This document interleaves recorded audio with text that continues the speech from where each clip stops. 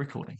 Okay, so for those that are new, this is a meeting. Now, a lot of you that were tuning in used to come to these big meetings, and they're usually webinars where you can't get involved. We take the slightly riskier view that everyone should be invited to this meeting and everyone should be able to have a voice. However, that does mean we don't want everyone to speak all at the same time. So please put yourselves on mute. You're all being very quiet at the moment. If we do end up with several hundred people in here, it's important that we all remain on mute. I will want you to come off mute if you've got a question to raise. So you can use the reactions button, put your hand up. You can put a question into the chat. We will come to you towards the end of the meeting and we will have a discussion. Meanwhile, the chat is always a frenzy in this meeting, and it is the chat which gives us an opportunity to share ideas, suggestions, comments as well. So please do use it. If you see something where you feel like you can contribute, if you feel like there's an opportunity to share a link or an idea, please do it, because we will be digesting all of that using AI and all sorts of wonderful things to feed that. So the chat is a place in itself. So get involved in that. The obvious thing we must always say is please be respectful. Now, you are a wonderful lot, and we never have had any problems in this meeting, but with the sheer number of people involved, as I said, we always like to say, just be a bit respectful of the meeting and who's in it, and just be careful about what you're saying and what you're typing. But please don't let that put you off getting involved. And there is no such thing as a stupid question in this meeting. So don't feel shy, don't be scared, get involved, and don't be afraid to. Everyone is equal very much in this meeting. So what are we going to be covering? So first thing we're going to do is obviously hear about the latest from the Sustainable Procurement Pledge from our wonderful leader, Melissa. So you'll be hearing more from her in a second. We then have our annual survey of the Sustainable Procurement Pledge, a sort of pulse check of what's going on in sustainable procurement. And this one is done exceptionally well compared to the many that you see out there, because Miguel at Gartner, our wonderful partner, does this for us and has some fascinating insights to share. Some headline insights, admittedly, we'll be sharing the much fuller summary of that very shortly, but there's some great efforts in there. So thanks to Miguel and team. Then we're going to be hearing from Jaime from Zurich Insurance and our supplier diversity chapter about a really exciting partnership that the SPP has on the Bi-Social Europe programme. So more from him in a second. And then we're going to get into the meat of everything. And this is a very exciting moment because, as many of you will know from previous meetings, we do like to share case studies from those who are in the SPP. So we'll be continuing to do that. But we're launching the guide. That's how clever we got with the name. We thought we'd just call it the guide. And it is the guide to sustainable procurement. It's the beginning of the ultimate crowdsource of case studies and stories from you about what works and what doesn't from around the world. And it's the very start of it. So we're very, very, very happy to be doing that. So we're going to be hearing from Rotner at CBRE, from Yannick at NSG, and from Liam at Walgreens Boots Alliance, who are just some of the many case studies that are now starting to fill this guide. And so you'll get a taster of what that's all about. And of course, towards the end, but not completely at the end, we'll have plenty of time to get your questions and your answers. So hope you're enjoying that. Okay, Melissa, over to you.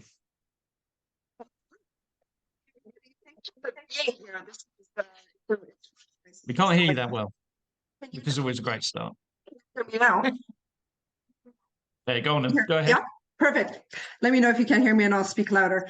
So welcome everybody. I was just saying, it's really nice to see so many people from so many new regions and so many new people joining us.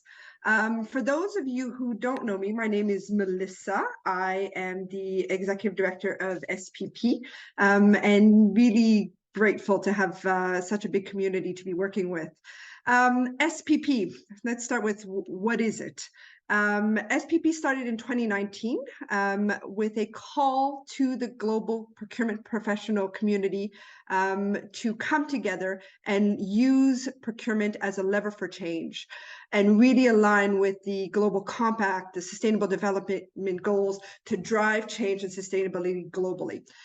From 2019 to today, SPP has become this beautiful circle that you see in front of you. At the very heart of everything we do, we have the pledge. The pledge are the 5 principles, and I'll get into that a little bit later so that we could all understand that a bit more. But it is the very heart of what's uniting all of us and all of our work and everything from the guide, which we're going to be seeing very shortly. I won't keep us too long from that exciting update, but everything that we're doing as a global community. We then have the community, which is every single one of you.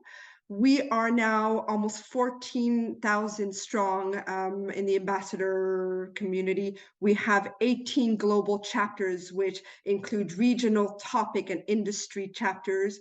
We have 20 champions, which are supporting the leadership and development of our work and helping to fund the SPP. We also have our supporters that support us with the funding. We have wonderful volunteers that have been at the heart of everything that is SPP. And of course, we have the global team, which is myself, Catherine, and Charlotte, who are here to support the global community. So if we can just go to the next slide, Oliver. So our vision as a global community is to see all supply chains across the world have embedded sustainable practices by 2030. 2030 is really, really soon. It's around the corner. And we want to do that by bringing 1 million procurement professionals together. So 1 million of you coming together to help us and work collectively on our strategy, our 2 pillars, which is to empower and equip, and to encourage leadership. And actually today is a beautiful example of that strategy coming to life. So I think the tools that we're launching and the work that we're presenting to you brings both of those strategic pillars to life in just such a dynamic way. And we really see how far we've come in working together. It's going to be wonderful. So back to the pledge. The pledge has 5 principles that you see here on the screen. It is at the core of our values, at the core of what unites us. And after this call, you'll see a lot of links coming into the chat. I encourage you to go onto our website to read a little bit more about the pledge. If what you hear today reaches you and resonates with you, if you want to be part of this movement, the first step to doing that is to sign the pledge and just raise your hand and be part of this movement. That means currently joining our LinkedIn page, our LinkedIn ambassador page, staying part of the conversation, contributing.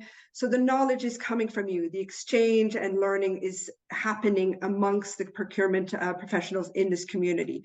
Oliver, you always like to say that it's make your own adventure type of organization.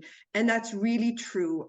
Whether you want to come onto the platform, if you want to just listen and learn from your colleagues, or if you have information that you want to share, if you have knowledge that can help the whole community move faster and progress on sustainability more strategically, then bring that into the community. We have chapters where you can bring this pledge into action in a smaller group. I really encourage you to look into those chapters and do that.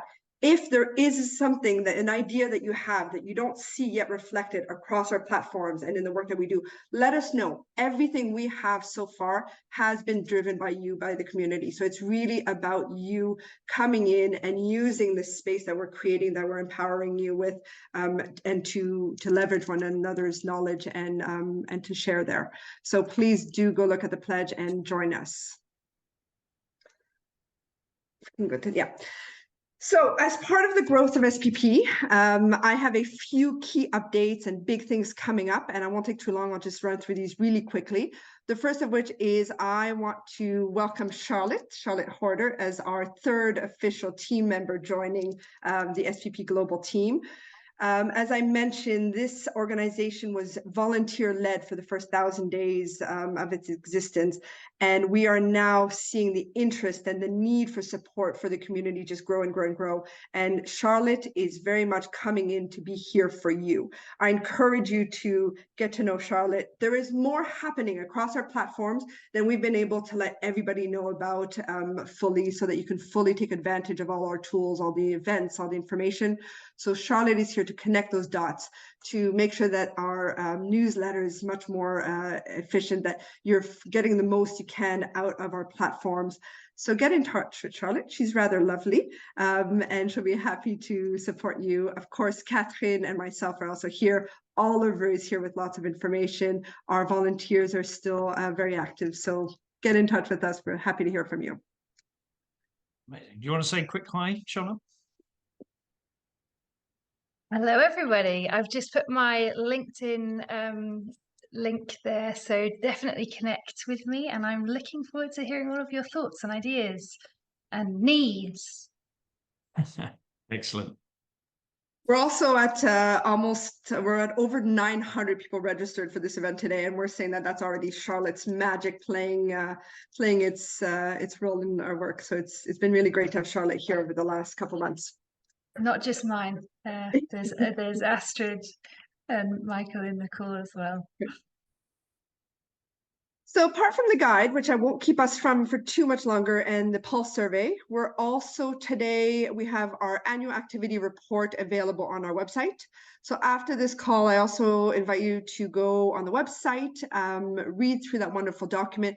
It really captures a lot of your work, the work of the chapters, the work of our champions, what has happened over the last year. And there has been a lot that's happened over the last year. So there are wonderful stories, and some of our community members who are very active who are in that document. It also, if we could actually just go to the next slide right away. We've also, as I alluded to, we're leading into the next phase of the growth of SPP. And we have captured the beautiful development of this organization as a movement that has been led by the procurement professionals. We very much say that SPP is for procurement, by procurement. It is where the magic of this organization comes from. It is something that is staying at the heart of who we are. But there has been a lot of success in the last 1,000 days, and we have big objectives in the next 1,000 days. So we hope that many of you get very involved and are part of that journey as we move forward. But do go on our website. The annual activity report is there, and let us know what you think about it. Let us know your thoughts and how the last year has been for you. You'll see that link coming into the chat. Finally, next big update. Please pull out your phones right now, pull out your calendars. World Sustainable Procurement Day #3 is back. Actually, put it in for the next few years. This event is happening every year on the 21st of March. It is a 24-hour global event where we follow the sun. We come together virtually, but also I encourage you to also put it in the agenda of your teams at the office, reserve a boardroom so that you can also come together within your communities. I know some of the chapters are coming together in person. We saw even in the first year of WSPD, Fiji coming together. So it's really a moment to come find those sessions where you can come with your team and learn and reflect and use that as a day to highlight sustainability and both your gaps where you need to be doing more, but where you're doing well also, and make that plan for the next year. The first year, WSPD came as an idea in November, and it happened within a few months as a Zoom meeting. The second year, we really reinforced the platforms and the streams of the events. This year, we looked at all your feedback from last year, and we heard a couple big things coming through. One, you want the agenda earlier. So we're working to deliver that to you so that we can have those sessions announced and the speakers announced much earlier. And that's going to help you also engage in your communities at the office. We are going to be keeping some of the themes. We're keeping that 24-hour session, but we're going to be strengthening some of the streams that we're going through in the themes. And actually, maybe Oliver, I can just pull you into talking through the agenda setting for this year just for a minute. Yeah, sure. And I know many of you know that I love this day so much because it involves me doing 20 hours straight on Zoom. Yeah, really excited about this year. This year is going to be incredible.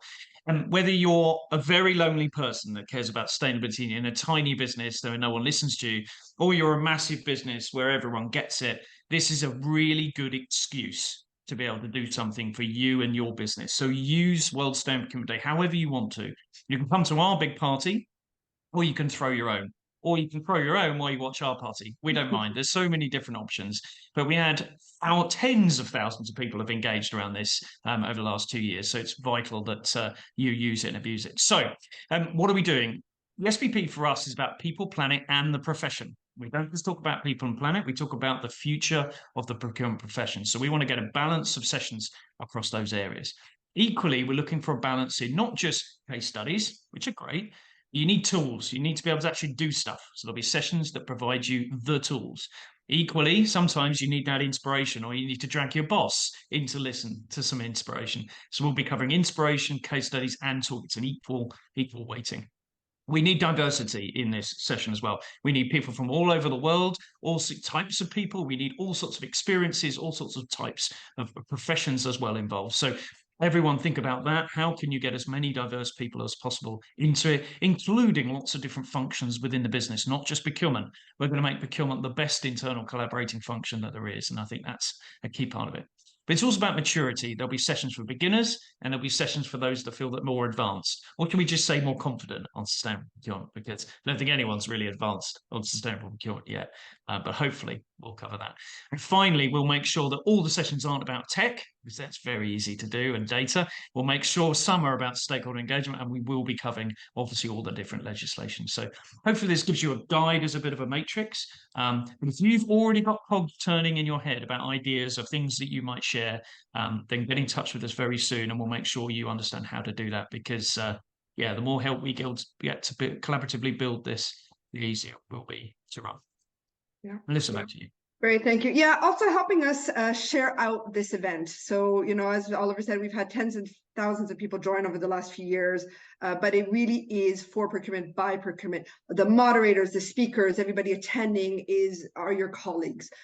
So if you can help us get that out, that would be really helpful. So if you are inspired to get more and more involved, and I'm sure you will be by the end of this day, this session, if you aren't already, I've just highlighted some of the key ways that you can. Signing the pledge is the first one. It really helps us get to that million and have that community with more knowledge. LinkedIn, we have 2 LinkedIn pages, which is the ambassador LinkedIn page and our company LinkedIn page. These links are going to come into the chat as I'm saying that. Joining a chapter. So if you go on our website and see the chapters that are already there, they're really wonderful communities that dive into the topics much more, you know, at a much more micro level. Many of them also have LinkedIn pages where there's a dynamic conversation. There are both in-person meetings and virtual meetings. It's a great way to get involved. Events such as this one and WSPD. And of course, we have tools like the newsletter and quite a few posts that come out. So just staying informed and doing that. And more, you know, right now, as we get through the day, the key ways that you can get involved is the guide. It is a tool that we are launching today, but getting more involved with that tool, we would love to have all of you part of developing that further. WSPD sessions and the event, as we've mentioned, and of course, becoming a champion. If you and your organization are interested in being part of the Champions program, I would invite you again in touch with Oliver. He can tell you all about that. That's a great way to get your leadership and your team involved as well. So now it is my absolute pleasure to pass it on to Miguel, who's going to walk us through the Pulse survey and some of the results from that. All right, Miguel, thank you so much. Yes, you have me. And tell me if you can see my screen. We can. We hear you well, and we see the screen. Perfect. Excellent. Hi, everyone. Good morning, afternoon, evening, depending on where you're at. I'm Miguel Cosillo. I'm a research director here at Gardner. And as Melissa was saying, we've been partnering with the SPP formally since last year, informally for at least a couple of years, I would say, Oliver.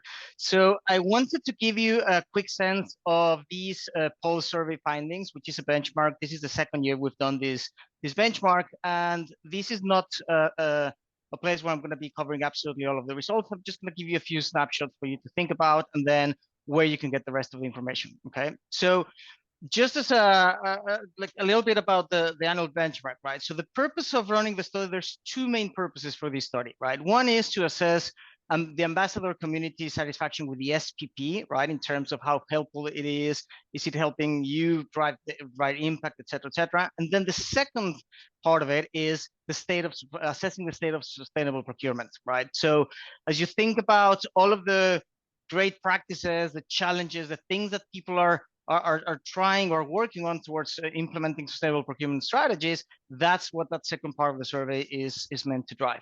This is an annual study. We started last year.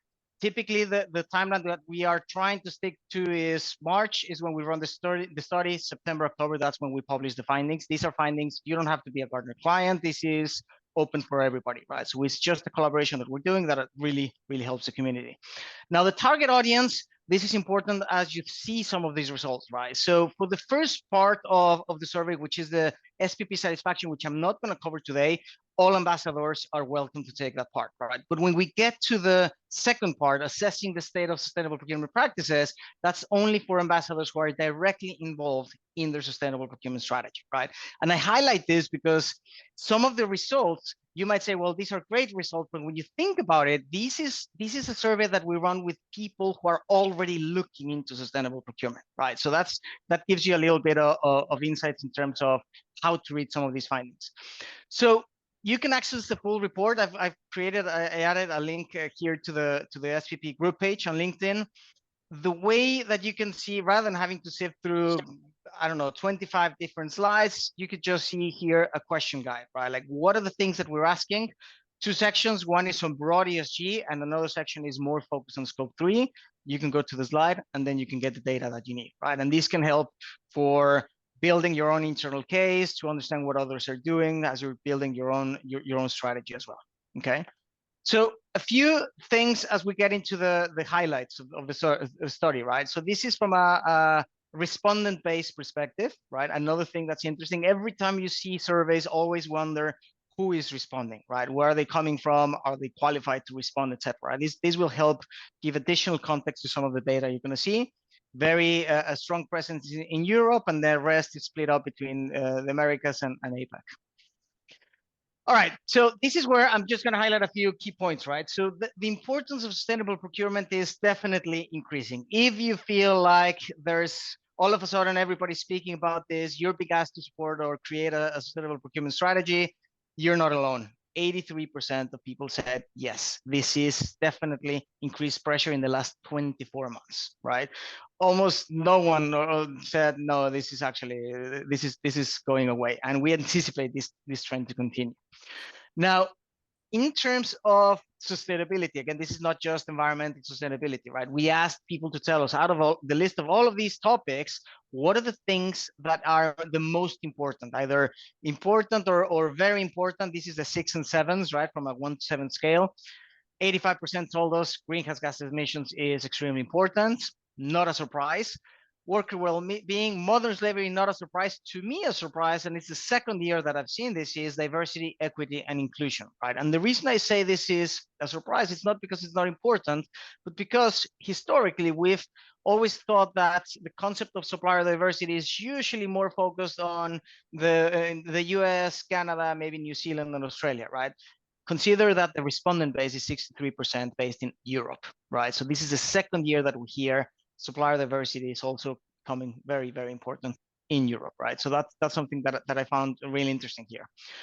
Now, in terms of the study itself, as you go, I'm not going to show a lot of cuts between leaders and followers. You're going to see this in the study, but the way that we define leaders and we try to differentiate, you know, like how leaders respond versus followers respond is a very simple way, right? So we ask respondents to tell us if they agree or they don't or disagree to the statement, our suppliers are making meaningful improvements to how they perform against their sustainable procurement expectations, right? So we're not assessing your maturity. It's just if your suppliers are moving in the right direction, you're a leader, right? If they're not moving in the right direction, you're a follower, right? So this helps us understand throughout the study how to think about what are the things that leaders are doing that maybe followers should be doing more of, right? So this is just as a comparison, the same question we asked last year, and you can see the good thing is it went up from 54% to 66%, right? So we see more people saying, yes, whatever our goals are in terms of sustainable procurement, because everybody has different goals, we are seeing that improvement from suppliers, at least for 66% of the respondents, which is great. Now, one of the things that I find really interesting, right? And we this is the second year we asked this question, right? Which is, what are the top challenges that you are facing for you to achieve your sustainable procurement goals? Again, everybody has different goals, right? But the challenges that came up significantly, like it's the way we are prioritizing is simply not enough, right? So, and remember, this is a group of the respondents to these surveys, people who are already working on this. They're interested in this. I bet that if we were able to expand this to other non-SPP ambassadors, the results might be even scarier than this, right? So the lack of sufficiently prioritizing into how we make purchasing decisions was significant, one of the like the top one, and I think it's a big one. Access to supplier data, staff needed. That was a big challenge last year. It's still within the top the top 3. So I mean, I think the more importance, the more regulations come in place, etc. I think hopefully we're going to see more staff being allocated here. Now, if I double click on the first challenge, right, our sustainable procurement goals are not sufficiently prioritized. We asked this question, and that deserves a little bit of explaining, right? So last year we asked people to tell us what is a priority that sustainability has in your procurement decisions, right? And it was a mix of answers, and we realized that maybe it's not the right question, right? Because maybe it's not the most important thing in your company, and that's fine, right? The key thing is it sufficiently prioritized, right? So we asked respondents to tell us across all of these different things in terms of your goals and objectives, how you collaborate with suppliers, your sourcing process, etc. Are you including sustainability, your sustainable procurement goals, yes or no, right? But then in addition to that, we asked people to tell us, do you believe that it has the right level of priority? And that's where it gets scary, because the dark blue, that's where people told us, yes, we are including this with the right level of priority.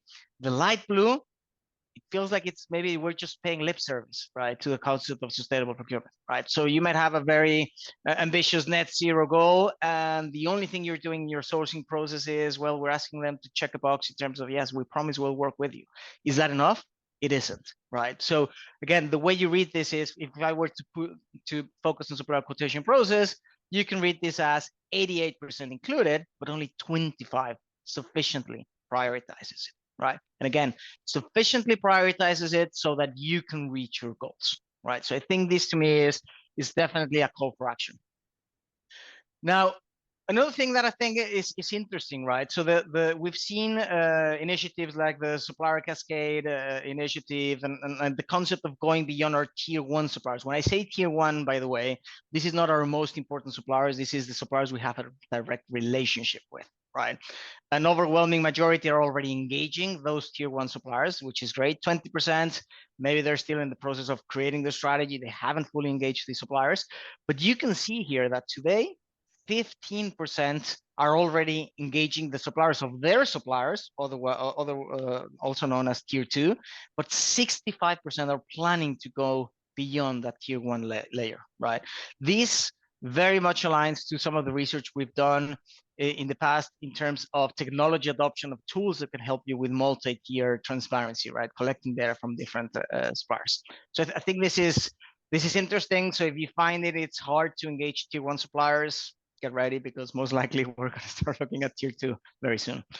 Last thing I have for you is what's next, right? So as I mentioned at the beginning, we have a broader ESG section. We have a scope 3 section. I didn't present scope 3 because we will be sharing those findings separate in the scope 3 chapter soon. You can access the complete deck with all of the data that I showed, in addition to other relevant data. And then the 2024 benchmark design is already kicking off. We're in the process of already thinking about it, right? So if you have questions, if you have things that you are really interested in learning about, or more or less of, let me know. Here's my email address. This is something that we do in collaboration with the SPP. This year, we're going to be reaching out to the champions as well to make sure that we're asking the right questions that can help everyone, right? That's all I had. Melissa, any questions or from the chat? Hopefully I wasn't on mute. No. I ought to come around and poke you, don't worry. No, great job, Miguel. Excellent. And as I said, it's such an important partnership for the SPP, not just with Gartner and your great work, but with all our ecosystem partners. We literally couldn't do all of this without you. And this isn't just a survey. We put into action a lot of this. It defines what we do across the whole scope. So it is such an important thing that you do. So huge thanks to you. My pleasure. Now, we are needing to rattle through this agenda because we've got a lot to come. So next up, Jamie from Zurich Insurance, not only from Zurich Insurance, but from our supplier diversity chapter as well. And we're very excited that the SPP is actually now getting started to be involved in actual projects and actual things. And so, Jamie, do you want to give us an overview of the Bi-Social Europe program that the SPP is supporting? And that I certainly can. Thank you. Let me try to first share my screen. Let's see if this works now. Yeah, no problem. Can you see my screen? Not yet. We see you. I can share now. Here we go. What about now? Okay, Yes, so just I'll presenter put on mode and you're presentation fine. mode, and I don't see you now. Okay. That's all right. So We're here. We let's promise. talk about social procurement. Okay, so talking about social procurement, but before I go in the presentation, I think there is one thing that I wanted to mention to you. We will not go into the details today. More than anything, this topic today is a heads up for you. As Oliver was saying, this is something that we are starting to collaborate with this project. So you will, in the next weeks, hear much more from us about the project, about what is progressing, the results as well. So stay tuned, please. So hold on, I have to go to the beginning of the presentation. Here you go. As Miguel actually was presenting just a while ago, I found it very interesting to see, because this topic has grown and has made its way in many of the key agenda items of many procurement conferences that I have been attending in the last 12 or 18 months. It wasn't the case 3 or 4 years ago. So I think that there is a common understanding that supplier diversity, social impact, is here to stay, and procurement needs to play a role in delivering this. The problem is, or the challenge perhaps, to give a more optimistic note here, is that there is still a lot to do. As much as we did progress in the past few years, there is still a lot, especially on bringing together what we call a mainstream enterprise, or the large corporations, the companies that I work for, with the social enterprises as well. And this is what the project is going to address. This slide gives you an overview of how the project has been set up. So I will not go into the details, but a few things that I wanted to mention. First, the project is being co-funded by the European Commission and SAP. Second, the core partners, the 6 organizations that are pretty much leading this, you can see on the top side of the slide. The Euclid Network is the leading organization behind all of this. And then going to the second line there, the advisory board. This is where you see SPP playing a role. So what is the value that we bring to this project? We have the connections with the procurement side of it, with the procurement industry, with the League of Champions. So our main role will be to collect and give input about what we procurement professionals we think that we need out of the project, but also learn of what the other side, the sell side, perhaps the many social enterprises and the intermediaries that are here listed as national country partners, they have to feed back to us alongside of the project.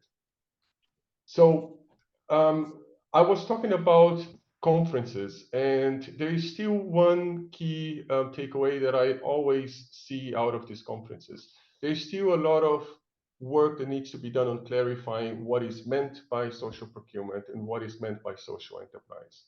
You have the definitions on the screen now, but my personal definition of it is that social procurement is a strategic decision that a company needs to make to use the money that we have to spend to make our corporations operate, do some good after all. So deliver some social or environmental impact. It's not about donation, it's not about charity, it's spending the money as we would need to with social enterprise, and then they will deliver the social impact. And this is because social enterprises, they are profit-oriented companies, that they use the profit that they generate to reinvest in these social or environmental missions. This is a fundamental difference to, let's say, the traditional suppliers that we all work with. I also used to say that this is for me a triple win, because we, corporations, buyers, we are getting the stuff, the products, the services that we will need to buy anyway, yet with no compromises on quality, with no compromises on value. The social enterprise, by doing their work, by selling us their goods or services, they will be generating the profit, so they are also benefiting from it. And then finally, The society will be winning because they will be receiving all of the social impact or environmental impact out of a social enterprise. It's a triple win, in my opinion. Why are we doing this? I think that I mentioned this just before. We need to develop a marketplace. We have to bring corporates and social enterprises closer together. There is a lot that has progressed, but there's a lot also to be done yet. Typically, you see that social enterprise will need some help in the beginning to scale up, to be, perhaps as I say, B2B ready, so that they can more often do regular business with corporations. On our side, on the other hand, I think that we have to recognize that many of our procurement processes, they are not inclusive enough. They are not making their lives easier. So there is a lot to do on our side as well. And this is where I'm looking forward to get the feedback as well, to see what we collectively can do. What makes it different, perhaps, or what makes it unique, this project, is that for the first time that I see, we have all of the stakeholders involved and working together on the same goal. So you have even policymakers. I mentioned before that the European Commission is funding part of this. But then you have also other companies. You have the buyers, you have the sellers, you have the intermediaries. So there is a whole lot of different stakeholders together working on this. Now, how we want to do this, you can probably cluster this in three main areas. One, it will be around putting a lot of data together, identify what are the market opportunities, the market size even for this, mapping out and using all of this to 2 or 3 different activities. One will be a lot of social media campaigns, so be ready. We, with our 14,000 ambassadors, we will definitely be engaging with all of you and communicating, keeping you informed about what is happening there, but so will the other 22 partners of the project. There will be one area that we will not be that much involved, which is I think that the contacts to the European Commission, to policymakers there. That's not our case, but we will be, as I said before, looking for getting input from procurement professionals, what needs to be done, what we need for this to be successful. Besides that, one thing that I'm very much looking forward to is to start getting best practices and case studies. And I hope that we, through our chapter, will be able to feed these back to you as well, as much as they come out of the studies there. Finally, there will be a lot of capacity building. I think that I have alluded to this before. Matchmaking, SE UK has an extraordinary experience on bringing buyers and sellers together, on identifying where the synergies are. So this will be leveraged as well. Yeah, so you can see how the project should be taking place. It's not a short period of time. I think that overall we are talking about 18 to 24 months. So there is a lot to be delivered through this period of time. Now, this is probably the main slide that I have for you today, because I would like you to take this personal. There is a very interesting study made by the Union Social Business and the Boston Consulting Group that shows that for every dollar allocated to CSR activities, there are $400 spent on indirect goods. So let this sink in. It's a ratio of 1 to 400. And I wonder how many trillions of dollars we manage collectively alone in this meeting here. So what can we, or what if we could start redirecting a very small percentage of this spend to social business? Imagine the social impact that could be generated out of this. Again, with no compromises on quality, no compromises on value. It's simply spending the money that we would need to spend anyway to get our companies working. Yeah. So final message for you, perhaps. This is about procurement standing up. Us procurement professionals, we need to make this personal. We need to take the leadership of this. We need to deliver this, communicate inside of our corporations, communicate in our networks outside of the companies. We need to lead the way. We need to make this a business objective as well, because it is possible to combine the commercial with the social targets that we have. Now, as I was saying in the beginning, this is only a teaser today. You can scan the QR code here if you are interested on learning more about the project. This will take you to the landing page. And the page will be updated as we go through the project. So save that under your favorites, because it's definitely worth to keep the track of the progress. And we will be informing you. And more than this, before I forget, I need your help as well, because very soon, in a matter of weeks, probably, we will be reaching out to all of you with a survey as well. The purpose of this survey, as I was talking at some points, we need to understand what we believe that we are doing in our companies, how mature we are, be it by markets, be it by industry, be it by I don't know what. But we need to collect this data so that we can input to the project as well. Yeah, this will be helpful then for shaping up and progressing with the deliverables. I think that this is it for me. So I will stop sharing and then I can see all of you. Yeah, no Hopefully. problem at all. Thanks, Jamie. So excellent. This is a real concrete project that the Sustainable Procurement Pledge is behind. So we'd love your input. Now, the SPP is a global initiative. It isn't just about Europe. And we know that there's some fantastic knowledge and experience in our North American audience around diversity, equality, and inclusion, supply diversity as well. And we see there's an exciting opportunity to bring what's happening in Europe and what's happening in North America to really make an impact in our supply chain. So everyone's invited, regardless of where you are and where you're based and what you believe in. So welcome to all of you to that project, and looking forward to it. Now, I'm really conscious of time, but we have some very, very important things to do. I did want to carry on and I think give due respect and attention to the winner of the Chartered Institute of Purchasing and Supply and SPP Sustainable Procurement Champion Award. Delighted to have Christoph with us. I know you're not got a bit of a throat, frog in your throat from a cold and etc., Christoph, so I won't ask you to say too much, but I just wanted to say congratulations on behalf of the whole SPP. Of course, you work for a business that can achieve a lot, but you personally have done an extraordinary amount, and I think you deserve this award as well as your company. And as a few people have joked, the picture on the left shows that I haven't yet given your award back to you. I don't think I hung on to it a bit too long, didn't I? But I was so proud to see you there. So, Christoph, I don't know if you want to say a quick hello before we introduce the guide to everyone as well that we'll be announcing soon. So, Christoph?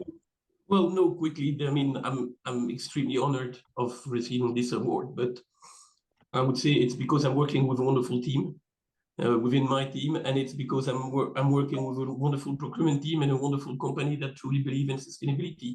And the reason I'm here in SPP is I want to share as much as I can. At the same time, of course, learning as much as I can from other companies. So thank you. You're very welcome, Christoph. And you don't have to look like me and Christoph to succeed in sustainable procurement, but apparently it does help. Brothers from another mother maybe, but it's great to have you involved, Christoph. You are an absolute inspiration and so willing to share, which is so exciting. Now, we're minutes away from getting into the actual juice of it, some really interesting case studies, but we should introduce you to the guide. I'm not going to show it on the screen. I'm going to allow you to go to it, but if you all type in spp.earth, simple as that, spp.earth into your computers. You should go to the website now, and the guide is there in capital letters, so you can't ignore it. It is a document. It is an interactive PDF now. It has a small selection of case studies that we've secured from our champions. Everyone else now is welcome to submit your case studies. We want to build the ultimate case study library for sustainable procurement that will go beyond the PDF one day and be able to be digitally filtered and sorted and explored as well. And it is inspiration for you. It's to share with your colleagues.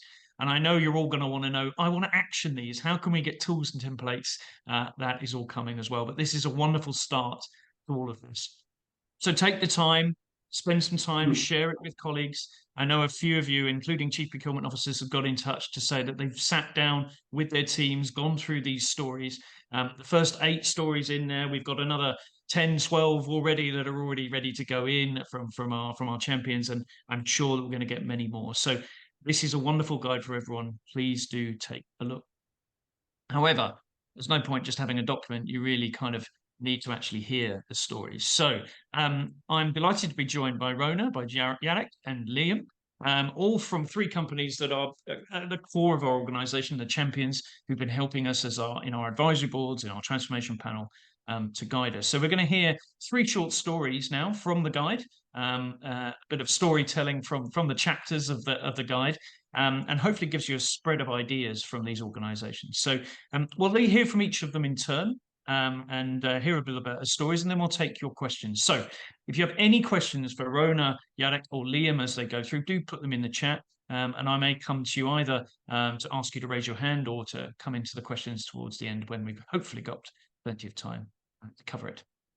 So, Rona, are you there? Yes, I am. Just getting myself Hello. off mute. Hello. So thanks so much for having me, Oliver, and the SPP leadership body. Really appreciate the opportunity to talk a little bit about what we've done at CBRE since I arrived about 1 year and 7 months ago, actually. I returned to CBRE after a 25-year hiatus of starting in CBRE at 1998 as an assistant controller. So happy to be back and love to share a little bit about our journey and how we've, identified, as you say, some of the good, bad, and the ugly as we build out our substantial program. So I'm going to start off with, if it's okay, a few slides, because I think that will be helpful to guide the conversation. And then what I'll do is I'll insert, some of the question narrative there, so you'll be able to kind of follow along. And I must say that we are in Baltimore as a team today, including our sustainability colleague, Robin Burton, that reports to Matt Langley on our team. So they're beckoning for me and trying to figure out why I'm not at the convention center. So I'm going to be here trying to monitor the questions, but I just, kind of want to leave some content for you. So let me start us off by, sorry about that, how the supplier diversity is intertwined into the ESG procurement framework. Evolved from, programs that were corporate social responsibility focused back in maybe the late 90s, late 80s, the early 90s. That's kind of how this framework started. And then it moved into a combination of supplier diversity and sustainability, which you've heard the previous speakers talk about. Today, it is a part of the overall environmental, social, governance, procurement framework, with supplier diversity encompassing the S, the social side. So as you start, I kind of heard some of the commentary. I'm in North America, so I've been a part of the evolution of these programs, currently chairing one of the organizations that started down this pathway in the late 1960s as a result of the civil unrest that birthed a lot of the supplier diversity efforts and focus back then with the regulatory environment. So it's nice to see it, evolve, but, I do have that historical context as well that will come out in some of the comments. So if you look towards our team, this is important to really always amplify the fact that this is not something that you do alone. You have a robust team behind you. So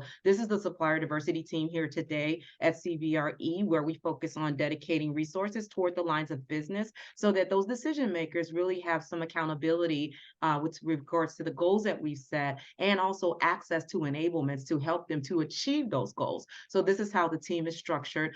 On the left side, you'll see left corner, our development program manager. And that's really key. I want to call that out, because most times what you find in dealing with the diverse small business community, I think I heard it mentioned earlier for social enterprises, is they need development. They need to understand what readiness material they need to have in hand to work with any buying organization. So our development program really focuses on getting those suppliers ready to come to the table, to have those conversations, not just about what they offer, but how it fits to what we're looking for. And that's the readiness piece that our development program amplifies. And then the other is just looking for opportunity. So it's readiness and building the relationship. So that's what that does. And then we have dedicated resources to our largest line of business segment, which is Global Workplace Solutions Enterprise Accounts, which are the two at the top, Sabrina and Parissa. And then we have resources that dedicate in Canada on the second line, in the Pacific, as well as our project management line of business, Trammell Crow development line of business, and then toward the bottom there, property management, as well as analysts. So it is definitely dedicated, the commitment and the demonstration you can see with the resource dedication. I've been doing this for 25 years, the difference, and we definitely have the resources behind us to execute. The next thing that I'll bring to your attention is how that development program actually manifests itself. So when we talk about success factors that have enabled us to move forward with, some of the current environment and challenges, the development program just speaks loudly on its own. You see the areas that we cover in those topical categories. There are 4 pillars: basics of CBRE, which I alluded to earlier with respect to being ready to come to the table, understanding our business. Sometimes suppliers know what they do, but they have no idea what we do. And they don't do like I do as a nerdy accountant. I read the 10K to find out what we're doing. They don't necessarily do that. So we have a curricula that enables them to find those resources and get better acclimated. Even if you don't want to do the financial review like I do, look at the notes, all right? Get some of the pain points, right? That helps you to come to the table with the proper understanding of what we're looking for. So those business clinics you'll see on the second pillar, sustainability is a definite part within the supplier diversity team and framework. We measure sustainability and make sure we have enablements and communications from various external groups, one of which we're here today at the National Minority Supplier Development Council convening in Baltimore, where a lot of the clients that we interface with are here as well on panels. So we take that information into how we build our curricula around these business clinics and the understanding. Mentorship, we need to have allies with these businesses to walk them through. And we also have a global champions network that helps us with that. And then the promotion piece is, okay, you're doing well over here. How can we get you to move into doing well over there? So these are the successes that have built us to where we are in driving our supplier diversity program. We measure that through a portal that we use, and that's in the upper right-hand corner. You'll see that little diagram that shows development, supplier opportunity, technology, and metrics, and hopefully you can see my screen.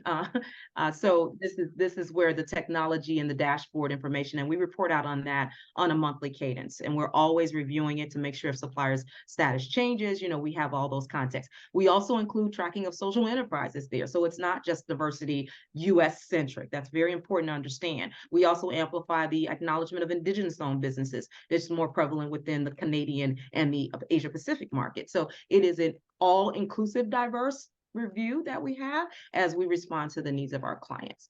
And then the last thing that I'll put up before, which is a really key component, is in our successes, one of the things that we instituted is a maturity assessment across our business lines. And so this is an example of one that we did for prior to with another client to say, okay, there are 5 levels of maturity of a supplier diversity program, and the $1 Billion Roundtable is one of the frameworks that's used predominantly with our large clients. So we looked at those 10 components that they measure, which are strategic vision, process design, I wish I could see this little small print, opportunity assessment, sourcing and development, measurement and reporting, education and training, communication, process improvement, and the cross-functional collaboration, which includes our ESG framework. And then the last one over there is alignment. So we look at, those are the qualitative measurements that are indicative of the 32 currently inducted $1 Billion Roundtable clients that are on the Fortune 100 list. And we use that framework to build out our programming. So that's a really key component to the success factor. Development program, maturity assessment. Those are the 2.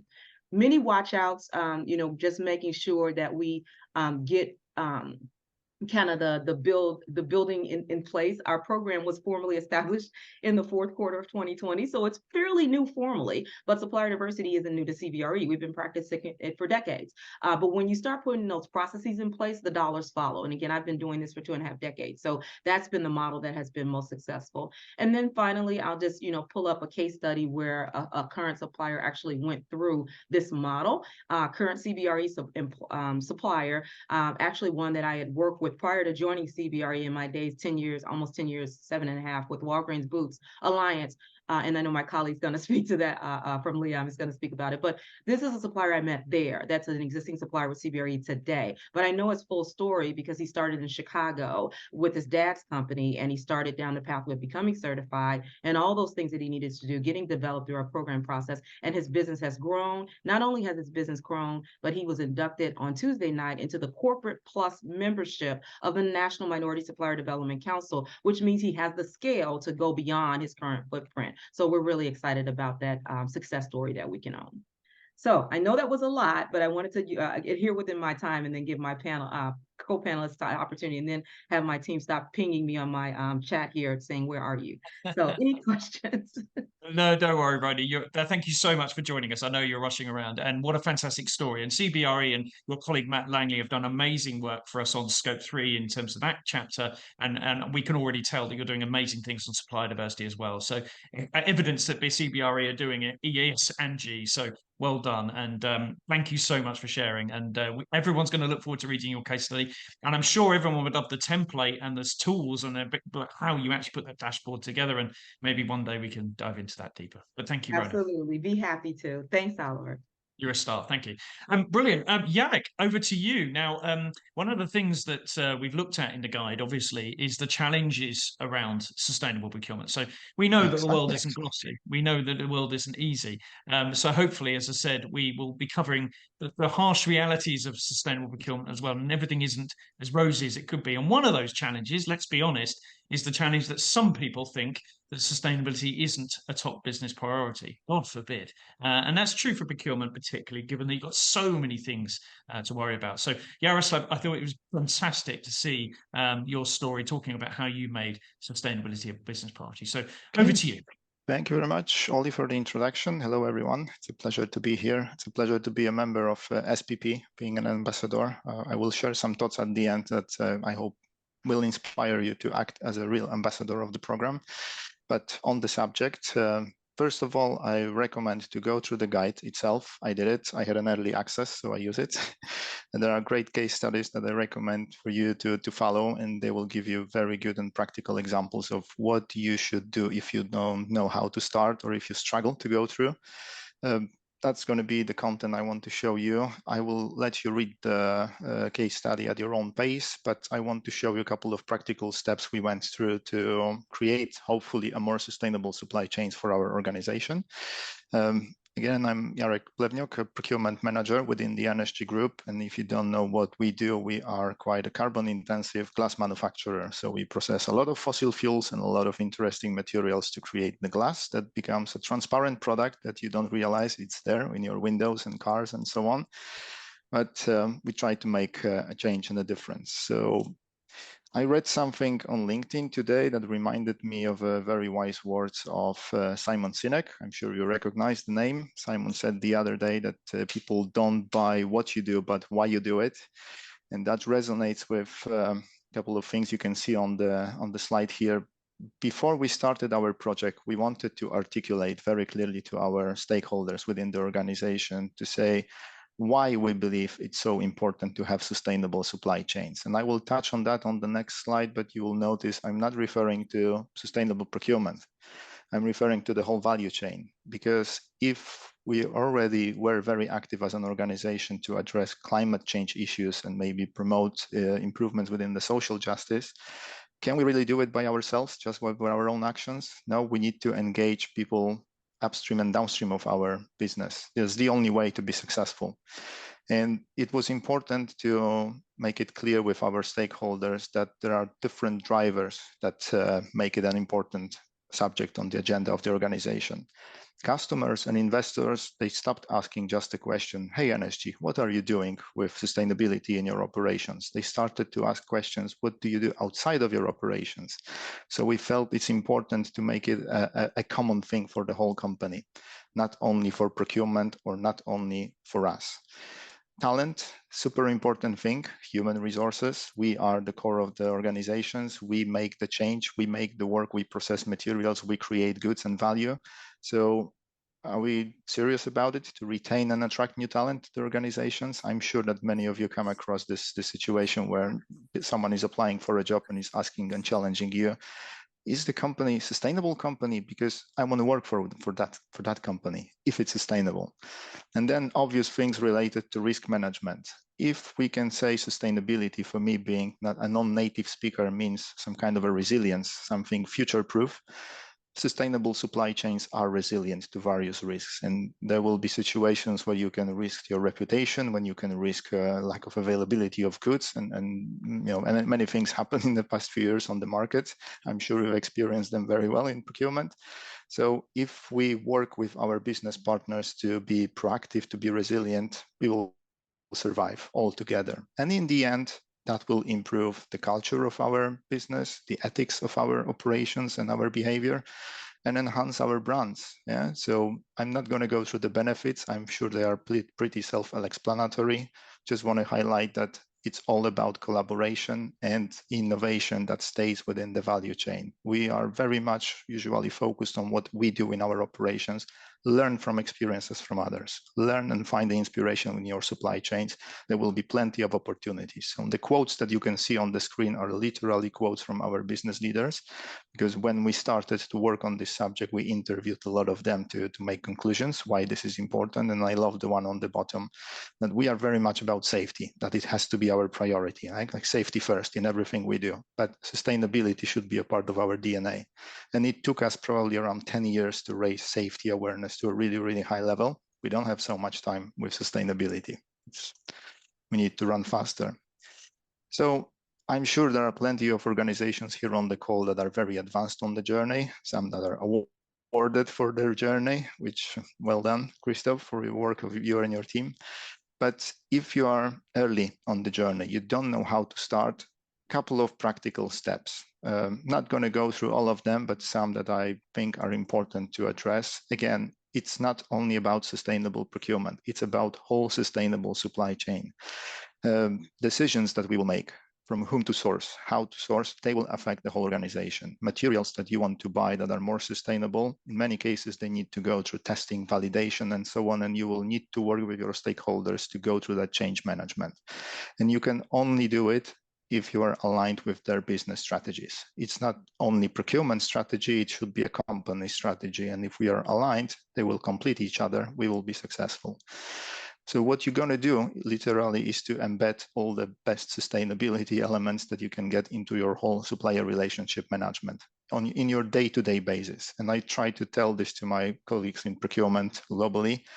Don't think about sustainability being a separate topic to discuss with supplier. Let's start from that. If sustainability means you eliminate waste from the process, you will save money. If sustainability is about sourcing more renewable energy for your operations, it could be potentially cheaper in the end. It will help you to reduce emissions and so on. Everyone wins. So start from sustainability and other opportunities will arise. Yeah? And you need to be mindful who could help you within your organization on the journey. You can't do it alone. In our case, the steering committee that we created at the very beginning of the project is very diverse and inclusive. We've got representatives of all of our strategic business units, all of our central functions. They represent all the regions globally, and we meet on a regular basis. They are our ambassadors. They feed back the knowledge and the feedback from customers to our team, and we act together. It's never just a procurement voice saying, this is what you have to do. It's an alignment. And I would concentrate on the element in the middle of the screen. When you want to get the buy-in from your stakeholders, as we being a Japanese company or owned by the Japanese organization, we went through the Nemawashi way that I really love. It's something that I got from one of our senior procurement leaders who already left and retired, but he was the one who successfully initiated that project, and he taught me to go slowly but surely. Nemawashi represents a philosophy of like preparing the roots of the tree before you can move it to another location. So we went through this long process, time-consuming process, but very successful process of having one-to-one meetings with lots of our stakeholders to prepare the ground, to sense check what they think, what they feel, how they perceive sustainability in their specific roles, in their specific business environment. And that helped us to get a lot of alignment and interesting feedback before we even made a kickoff meeting of the project. And from that on, from that moment, we felt we are a team. So I strongly recommend to follow slowly but surely. And a couple of more comments of things that you should consider on your journey. If you like structure, and I'm sure many of us like structure, we like to be led by some consultants, and I'm not going to lie, we've been guided by a consultant for the first few months within the process, but there is something called ISO 2400, which is I would say a guideline for sustainable procurement, something that helps you put your head around the practical steps to go through, the things to consider on the journey. It's a free resource. Let's go for it. Let's look at it. It can give you some nice insights. You need to be mindful of what is important for your organization. What impacts are important for you? For us, carbon was always on the top of the list because we emit a lot of emissions. But it's not only about carbon. There's labor and human rights issues on the market. There is positive social impact that we can do. Like Jamie said, I really loved your presentation about social procurement, and something we looked into as a team at the moment. There will be water and waste management that could become, next carbon in the next few years. So those are the things that we found practical to address. Not everything is material to our business, but some elements were.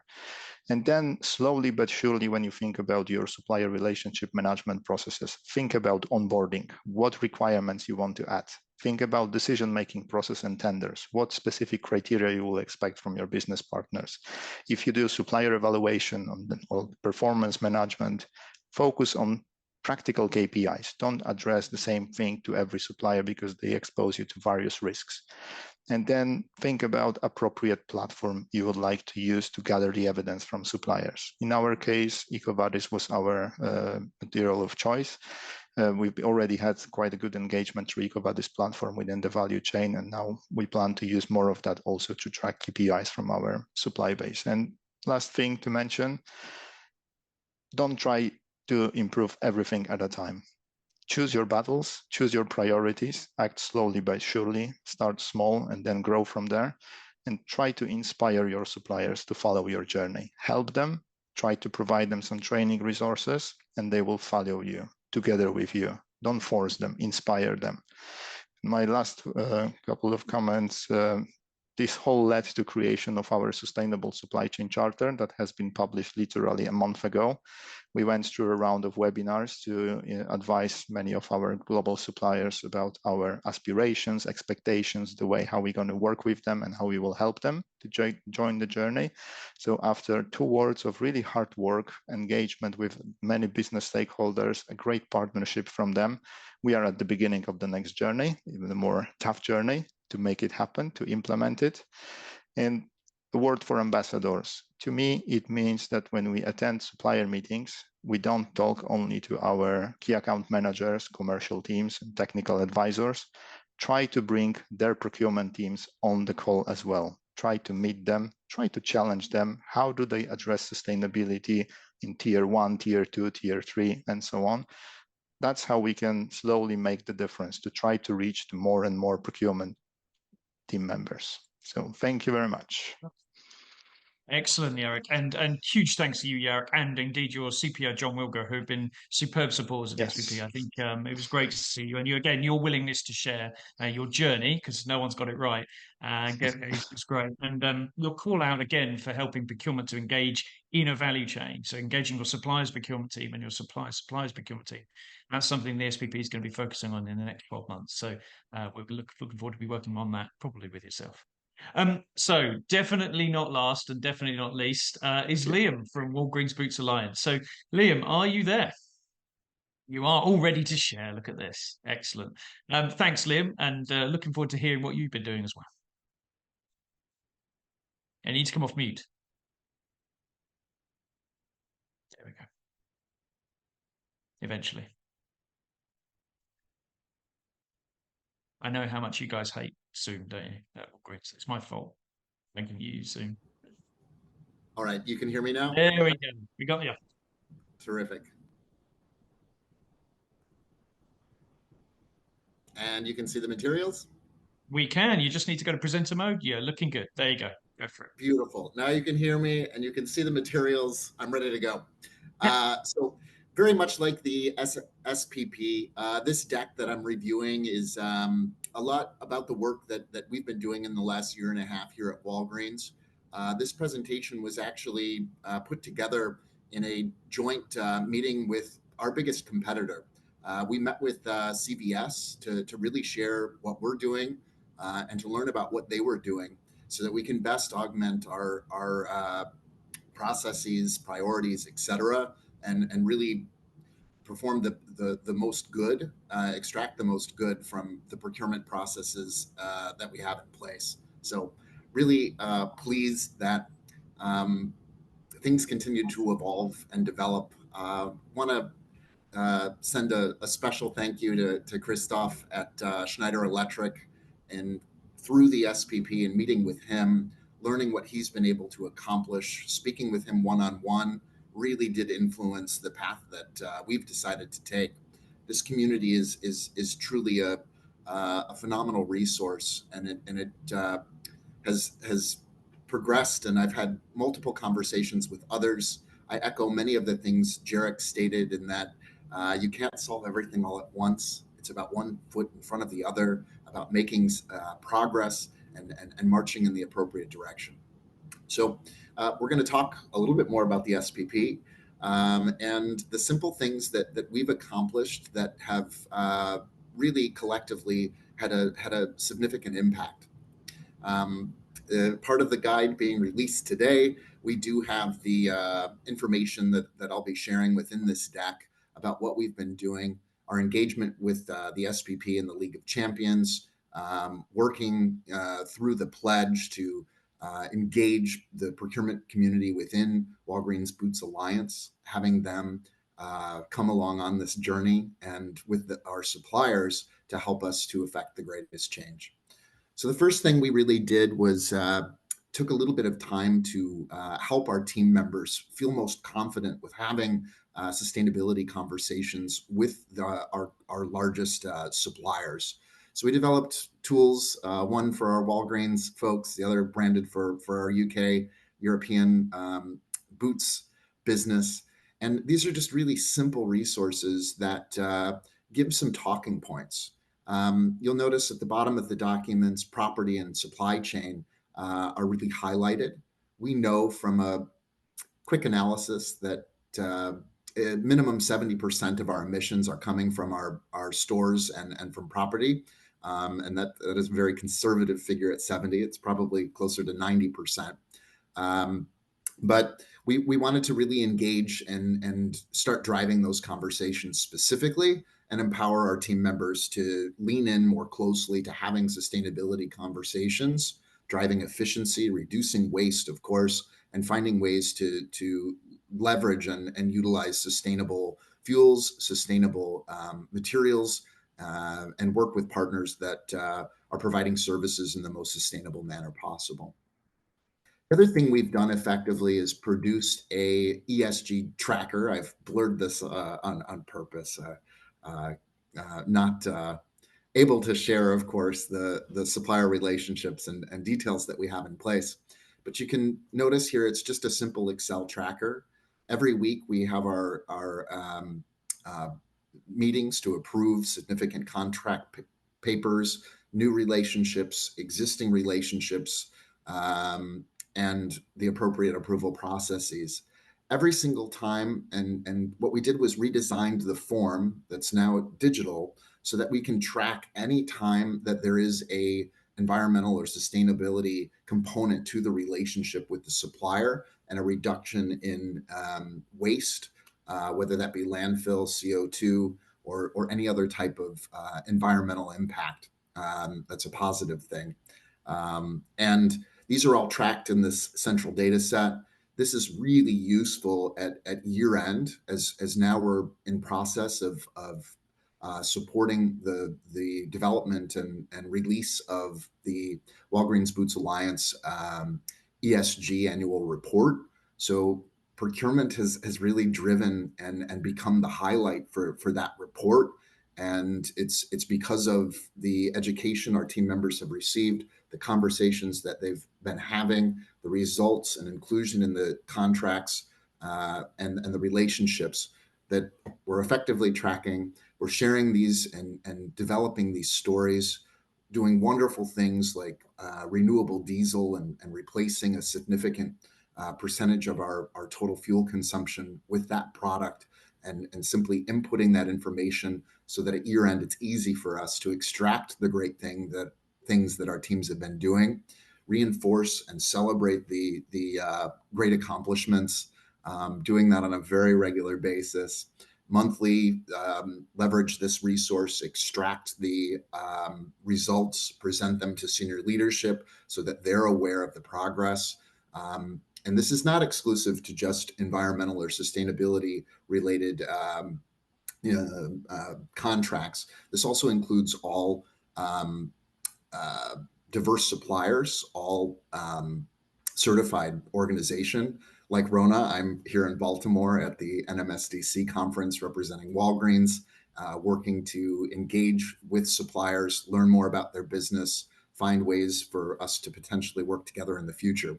So this is inclusive. It is truly all ESG, not just sustainability and environmental issues, but those diverse suppliers are tracked here, helps us ensure that we're double checking our accounting and that we are effectively counting all onboarded diverse suppliers.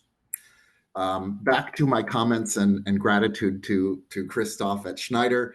It was in speaking with him that I ideated and came up with a plan to launch a global supplier survey. This is currently still in pilot, but it's gone beyond the initial pilot now to a good size sample of our top suppliers. And after this phase of the pilot, we'll be implementing this and likely able to extract through the survey the top firms that we do business with that likely represent 90% of all emissions that we have through our supplier relationships. These would be tier 1 suppliers that we're working to collect this information from. This survey was developed to really work well with the corporate goals that we've established. We're working towards a 1.5% CO2 and landfill waste reduction on an annual basis based on our baseline of 2019. This will allow us to more effectively measure those relationships and in future really work to embed into the contracts and feed back into that tracker the success that we've had in helping work with our partners to drive efficiency, reduce our impact, and of course, measure the effects of reduction in CO2 and landfill waste.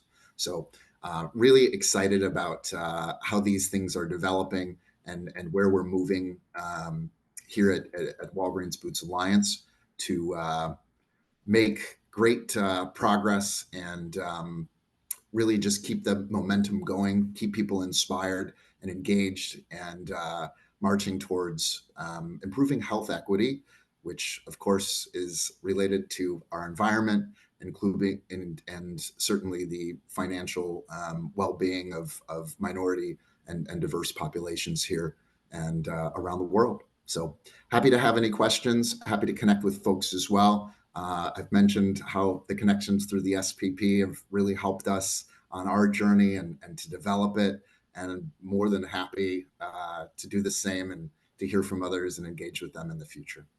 Thank you, Excellent. Oliver. Thanks, Liam. Thanks, Liam. And say hi to Rona then, if you're in the same event. It's nice to see that we're all moving in the right circles. So it's good to hear. So thanks, Liam. And again, Walgreens Boots Alliance have done such fantastic work on both sides of the Atlantic as well, and on all areas of ESG. And thanks again for so much of your support. And it's great to see you collaborating with your competitors. That's what we need more of. It's such an unbelievable thing to many people, particularly those that haven't been in sustainability, but a lot of these challenges we literally can't solve on our own, and it is absolutely critical that we collaborate on those. And I'm sure that everyone that feels like they're a little bit further ahead than others, that's a key component of their efforts. So we've got a little bit of time for questions. So if anyone has got a question in the chat, please do put your hand up. You can use the reactions thing to put your hand up, and we'll hopefully get to a couple of questions. But Jarek, I wanted to maybe come to you first. A lot of those people listening in when it comes to the SPP are always going to be people that are, well, let's say, sort of struggling with the challenge of being quite lonely in their business, the ones that perhaps, are the only ones that really are getting this. So have you got any experience or any thoughts on how individuals who are passionate about sustainability and procurement can start to sort of encourage their bosses and encourage their colleagues along? Any thoughts on that?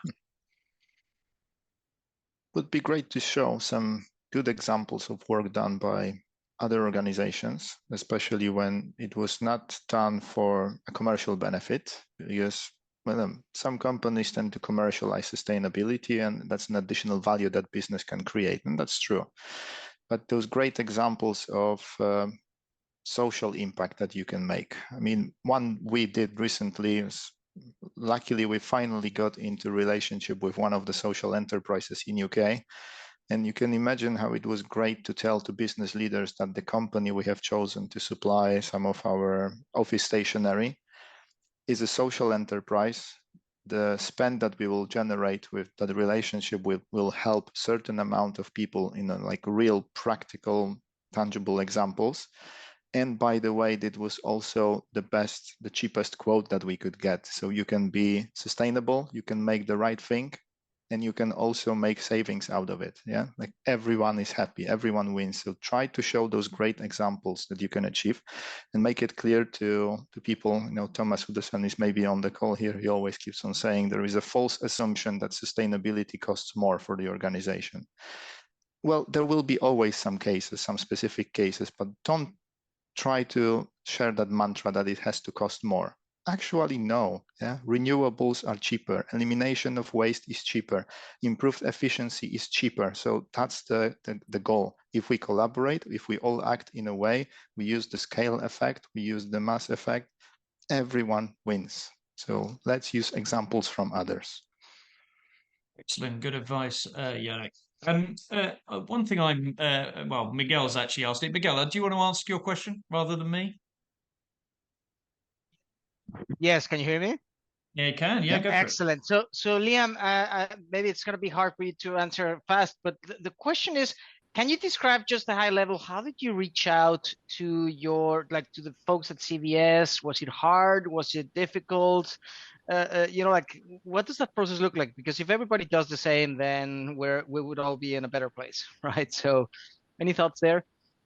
You know, I was brought in. I wasn't part of making the initial contact, but I'm part of the sustainability business resource group internally at Walgreens. I'm on the leadership there. And previously, we've had similar interactions with CVS. So this isn't something brand new.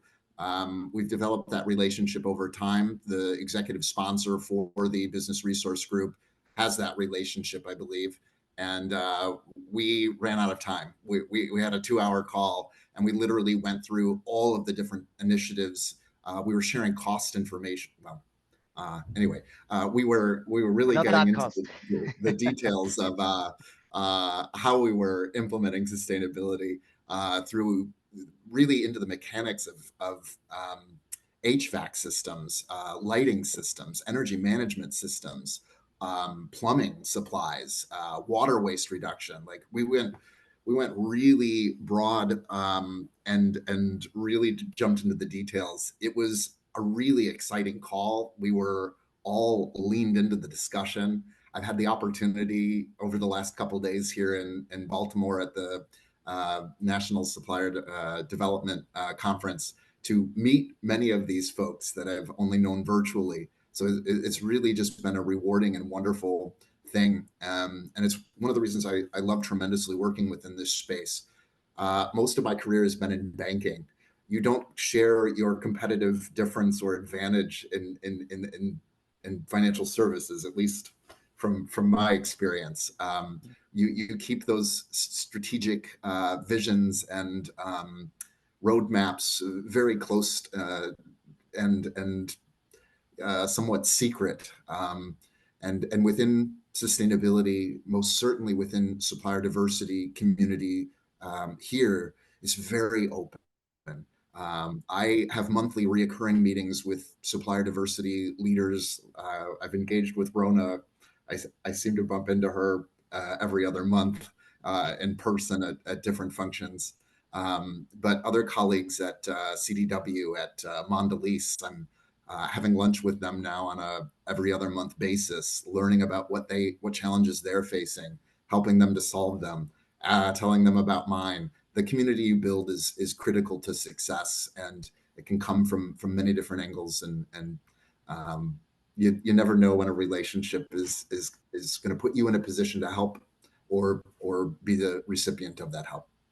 Thank you. Absolutely. Yeah, I think the first step for anyone is to realize that there are many collaborations in your industry. There almost certainly is one. There are a million of them, so look for them. But yeah, it's a mindset shift, isn't it, Liam? Just start talking to your peers and also be open-minded about who might have the knowledge that can help you. It's not necessarily just people in your same industry, good people in your value chain, but it could also be people who just buy the same stuff as you. You know, in indirect procurement, you effectively collaborate with every other person on the planet who buys that stuff, regardless of what you make or what you do. So yeah, I think having an open mind for that collaboration is key.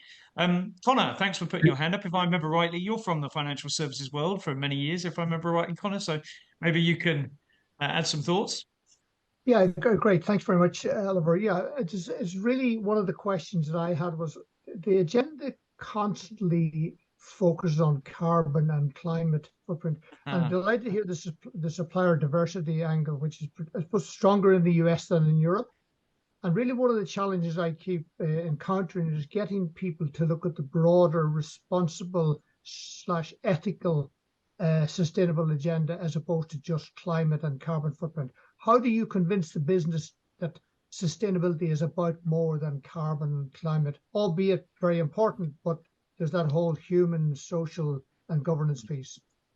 Very good question. Jarek, I feel like I had to come to you, given that you make glass or you use glass. Over to you. Very good question. I replied partially in the chat.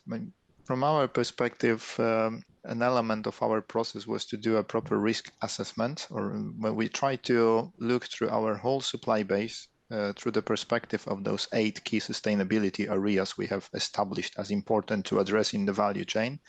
And it was obvious very naturally that not every commodity is exposing us to exactly the same risks. There are some raw materials or transport categories or some specific materials that are highly carbon intensive, and that's where we need to address emissions.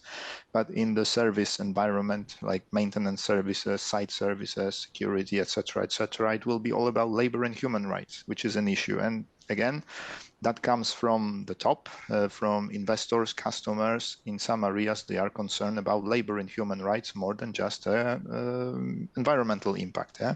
Some others will keep on asking questions about the social impact, the positive impact that we can create. So slowly but surely, we try to highlight to the business stakeholders that there are other pressing issues to address. Some of them are maybe lower on the level of the hierarchy at the moment, but they are still meaningful, and we can do some small tangible things to improve the situation here and there.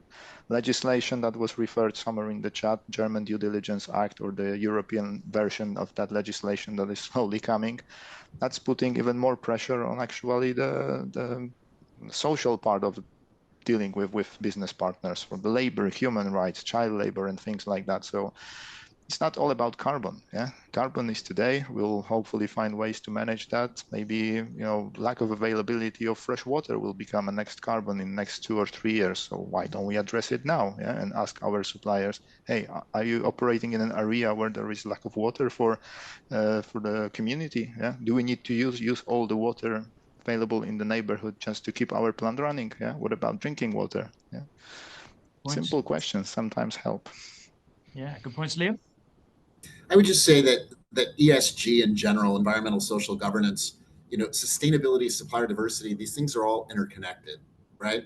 Climate change is affecting the least among us. It's going to be devastating to the least financially secure, and with the civil rights progress that we've made in the United States, just some years ago, we saw quite a bit of civil discord and violence, and these things are interconnected and interrelated. The security and safety of all of us is critical and important.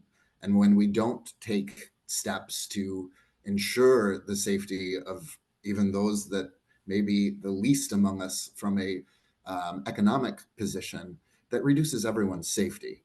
So my response to this would actually be ask your leadership what they believe or what they say is important to them, right? And I've had conversations with leaders. I care far more about social issues than I do about environmental, and I find that very, very, very odd, an odd statement. So I work with them and we have a discussion to peel that onion back, right? if you care about society, you most certainly care about the environment. And you know, it's allowed me to really position sustainability from a social perspective and to plow a path forward with a green light to continue with initiatives. Excellent, excellent. We're going to have to call it there, guys, but it's a great point to end on because we were inundated with Scope 3 case studies for the guide. So I purposely didn't choose Scope 3 case studies for this call because we can talk about Scope 3 a lot. And in fact, the next meeting of the SPP is pre-COP 28, which is going to be held, obviously, in the Middle East. So we're going to have a session on the November the 29th. So you can join us there. We will be covering Scope 3, but we will also be covering how does procurement make sense of both climate change and human rights together and just transition? What does that mean for procurement to do? How do you get your head around that, given that procurement's expected to be experts on everything as it is, let alone throwing in a whole new load of things to worry about and balance? To Rona as well, tell Rona she did a great job, Liam. Liam, fantastic. Jarek, as always, brilliant. Thank you to all of you that attended. Nearly 1,000 people registered in the end, so we're going to get 1,000 people watching this back. Well done, everyone. We'll see you again very, very soon. Take care. Thank you very much. Keep on Thanks, changing the everybody. world. Thank you. Keep on changing the world. Ah, that's very kind. Thank you. If you keep on sharing, guys, then we'll keep on making it easier to do. So easy. Yeah. When you've been doing it for 20 years, it doesn't feel quite as easy now as it did that then, I can assure you. Thanks for joining us, guys. Appreciate that. Bye now. There will be, see you, Liam. There will be slides. There will be a recording, everyone. So don't worry. There's plenty more to come. I'm sure a few of you have done the AI digest of the session as well. So we'll be looking at that as well. But thanks for everyone. Hope you have a good day.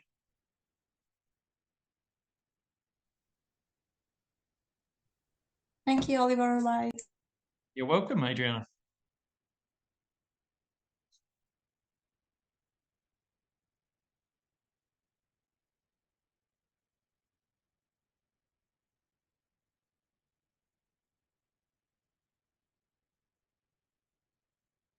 Well done, Melissa. Good job. I said, well done, Oliver. That was great. Yeah, We're just still hit off recording. record. Yeah, turned off the recording. Oh yeah, that's fine. We can edit it. There we go. Thank you.